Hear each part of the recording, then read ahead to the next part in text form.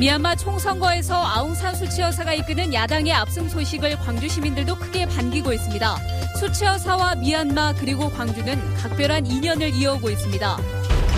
정부가 2019년 세계 수영선수권대회 예산을 지원하지 않겠다고 처음으로 공식화했습니다. 문서 위조를 빌미로 삼았는데 광주시와 지역정치권이 어떤 해법을 내놓을지 주목됩니다. 근로자들의 집단 수온 중독 파문이 계속 커지고 있습니다.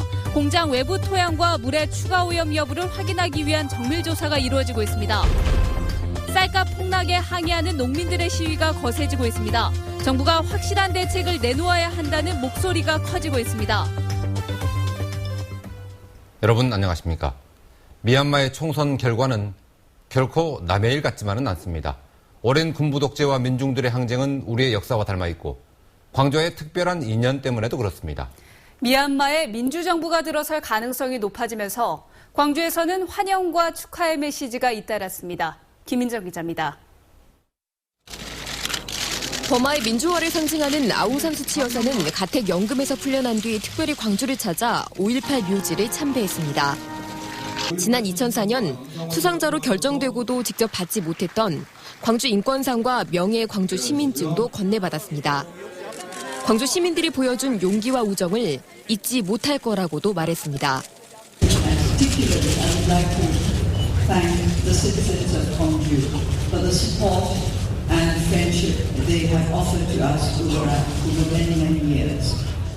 수치 여사가 아니라도 광주는 미얀마와 뗄 수 없는 관계에 있습니다.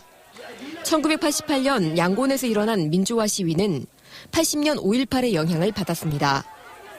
아시아 지역에 있어서 민주화 운동이라고 하는 건요. 어떻게 보면 광주가 일종의 교과서 같은 겁니다. 당시 민주화 운동에 앞장섰던 민꼬나이 씨는 2009년 광주 인권상 수상자이기도 합니다. 지난 2007년 미얀마 군부가 반정부 시위대를 유혈 진압했을 때도 광주의 시민사회는 80년 5월을 떠올리며 함께 아파했습니다. 동병상련의 동지애를 바탕으로 우정을 쌓아온 미얀마와 광주. 윤장현 광주시장은 시민을 대신해 아웅산 수치 여사에게 축하 서한을 보냈고 5.18 기념재단은 미얀마에 민주화의 새 지평이 열렸다며 축하 메시지를 발표했습니다. MBC 뉴스 김인정입니다. 정부가 세계 수영선수권 대회에 예산을 지원할 수 없다고 밝혔습니다. 대회 유치 당시에 공문서를 위조했기 때문이라고 합니다. 예산 지원을 거부하는 게 정당하냐 아니냐를 떠나서 당장 광주시가 답답하게 됐습니다. 보도에 한신구 기자입니다. 2019년 국제수영대회 광주 유치가 확정됐던 지난 2013년 7월 19일. 정부는 바로 그날 정부 보증서가 위조됐다며 대회 유치에 찬물을 끼얹었습니다. 근데 이 보증서가 뒤에 보시다시피 내용 단순한 가필이 아니고 완전히 새로운 문서로 작성이 됐습니다. 문서 형식부터 시작해서. 그리고 어제 국제수영대회 예산 지원에 대한 정부의 공식적인 입장이 나왔습니다. 기획재정부 2차관은 광주시가 정부 문서를 위조하는 등 논란이 있어서 예산 지원이 불가능하다고 밝혔습니다.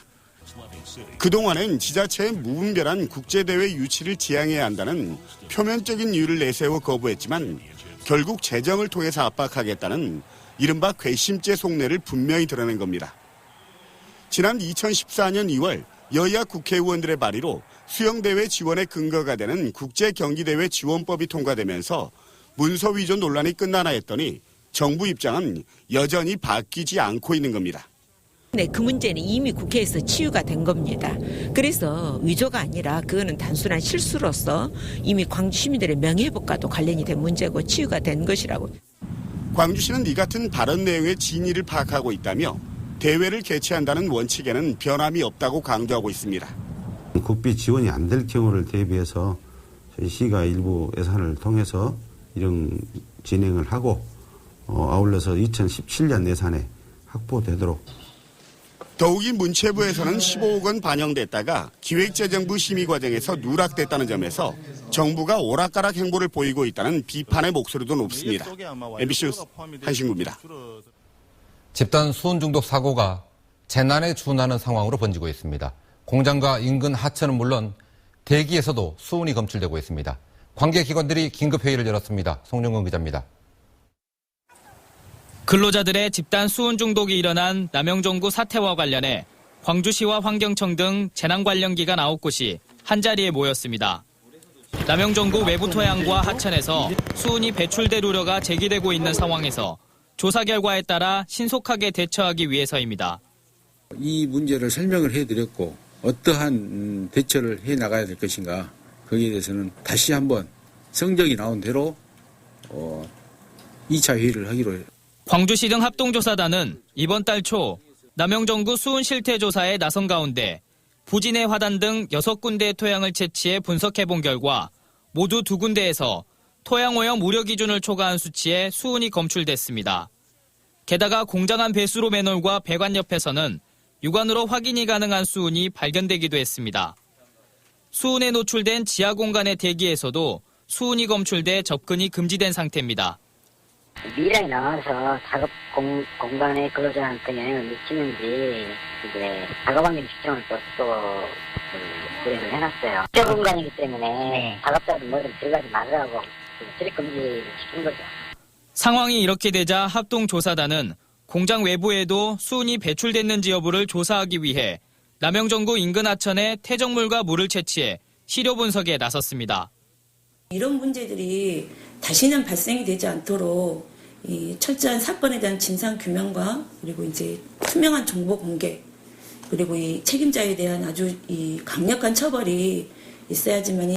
환경부도 현장 확인을 위해 남영정구에 수은 전문가를 보내는 등 추가 정밀 조사가 이루어지고 있어 재난 상황으로 결정될 가능성도 제기됐습니다.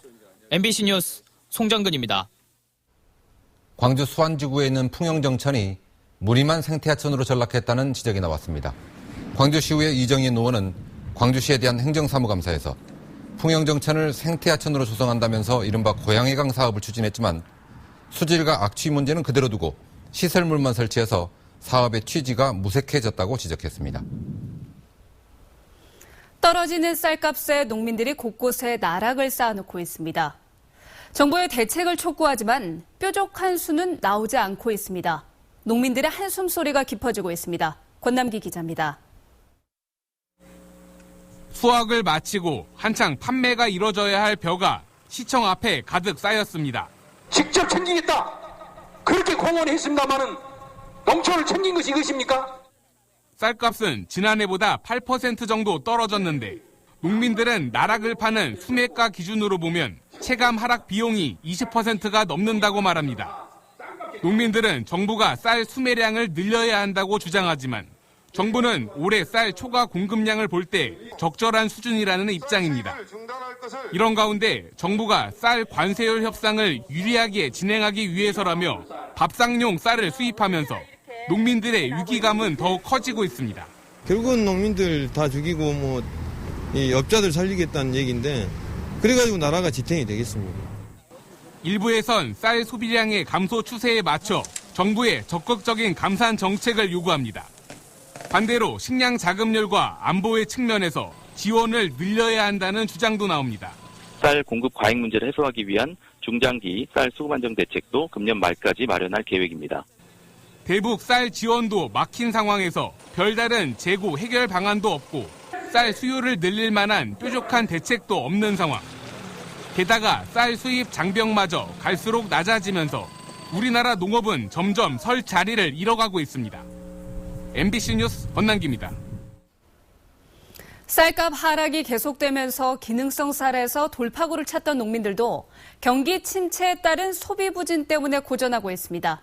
양현승 기자입니다. 진도군의 검정쌀 가공 공장입니다. 창고 안은 검정쌀 포대로 가득 찼습니다. 앞마당에도 비가림막에 둘러싸인 채 검정쌀이 산더미로 쌓여 있습니다. 예년에는 줄을 이었던 대형 운송 차량 출입도 뜸해졌습니다. 농사를 내년에 검정나라 농사를 포기를 해야 할 것 같아요. 일반 벼를 하든지 다른 벼를 하든지 해야지. 미네랄 성분이 일반 쌀보다 5배 높아 올해도 청와대 추석 선물로도 꼽혔던 검정쌀. 국내 유통량의 80%가 진도군에서 생산되고 있습니다. 한때 40kg에 9만 5천 원까지 팔렸던 검정쌀의 요즘 가격은 4만 2천 원 선으로 반토막이 났습니다. 검정쌀 재배 26년 만에 최악인데 사상 최대 규모인 1,700여 톤이 올해 생산된 반면 소비시장은 얼어붙었기 때문입니다. 진도 검정쌀의 특징, 안토시아닌 함량이 다른 지역보다 3배에서 5배가 많다고 하는 것이 진흥청의 자료인데 그런 것이 이제 홍보 안 돼서 당장 생산된 검정쌀을 쌓아둘 공간과 야적 자재가 더 필요하지만 별다른 지원도 받지 못하는 상태. 농민들은 수도권 시장을 상대로 당분간 판촉 활동에 주력할 계획이지만 경기가 워낙 안 좋아 위기를 얼마나 타개할 수 있을지는 미지수입니다. MBC 뉴스 양혜승입니다. 수능 시험 문제지와 답안지가 광주 전남 지역 교육청에 도착했습니다. 광주시 교육청은 오늘 낮 수능 문제지와 답안지가 도착함에 따라 수능 당일 새벽 38개 시험장에 무사히 이송할 수 있도록 분류 작업을 마쳤습니다. 전남 지역에는 수능 문제지와 답안지가 어제 도착해 담양 등 7개 교육지원청에 보관되어 있습니다.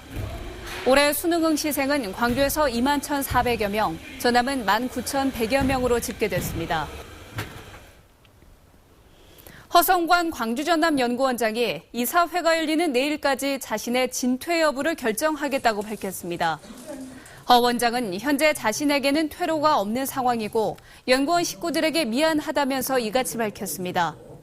허 원장은 그러면서 내일 이사회에서 임명동의 절차가 잘못됐다는 결론이 나면 자신의 일생에 오점을 남기게 된다며 사퇴 의사가 있음을 간접적으로 내비쳤습니다.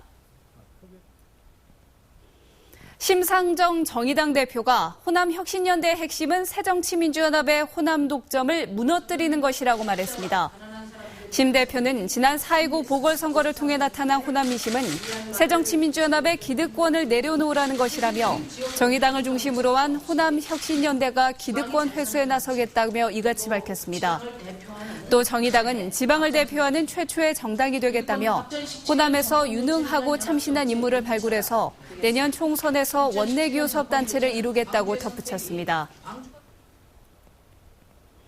고 이화성 호남대학교 전 이사장의 연결식이 호남대 중앙운동장에서 엄수됐습니다. 오늘 오전에 거행된 연결식에는 장례위원장인 장병환 국회의원을 비롯해서 교직원과 학생 등 1000여 명이 모여 분향과 헌화 등의 순서로 고인의 마지막 가는 길을 함께했습니다. 고 이화성 이사장은 향토백화점인 가든백화점과 호남대를 설립해 운영하고 지역신문인 광남일보를 창간하기도 했습니다. 광주 지역 자치구들이 주민등록번호를 무단으로 수집하는 관행이 여전한 것으로 나타났습니다. 광주 서구의회 김태진 의원이 발표한 실태보고서에 따르면 광주 지역 자치구 4곳이 올해 5,000차례 이상 개인정보보호법을 위반한 것으로 파악됐습니다. 자치구별로는 서구가 1,700여 건으로 가장 많았고 남구와 광산구, 동구 순으로 나타났는데 북구는 자료를 불성실하게 제공해 제외됐습니다. 자치구들은 주로 기간제 직원이나 통장, 주민자치위원 등을 공개 모집하는 과정에서 주민의 개인정보를 불법 수집했습니다. 한비던전의 중저준위 폐기물을 육상으로 운반하는 데 대한 안전성 검증이 이루어졌습니다. 영광군의회와 민간감시기구 등으로 구성된 검증단은 해상운송 안전성 검증에 이어 이번에는 한비던전 저장고에서 수송선이 접안하는 무량장까지 2.9km의 구간의 안전성을 점검했습니다. 검증단은 점검 결과를 토대로 오늘 17일 보고서를 낼 예정입니다. 한전이 추진하는 스마트 에너지 캠퍼스 구축 사업을 놓고 대학이 양보 없는 경쟁을 벌이고 있습니다.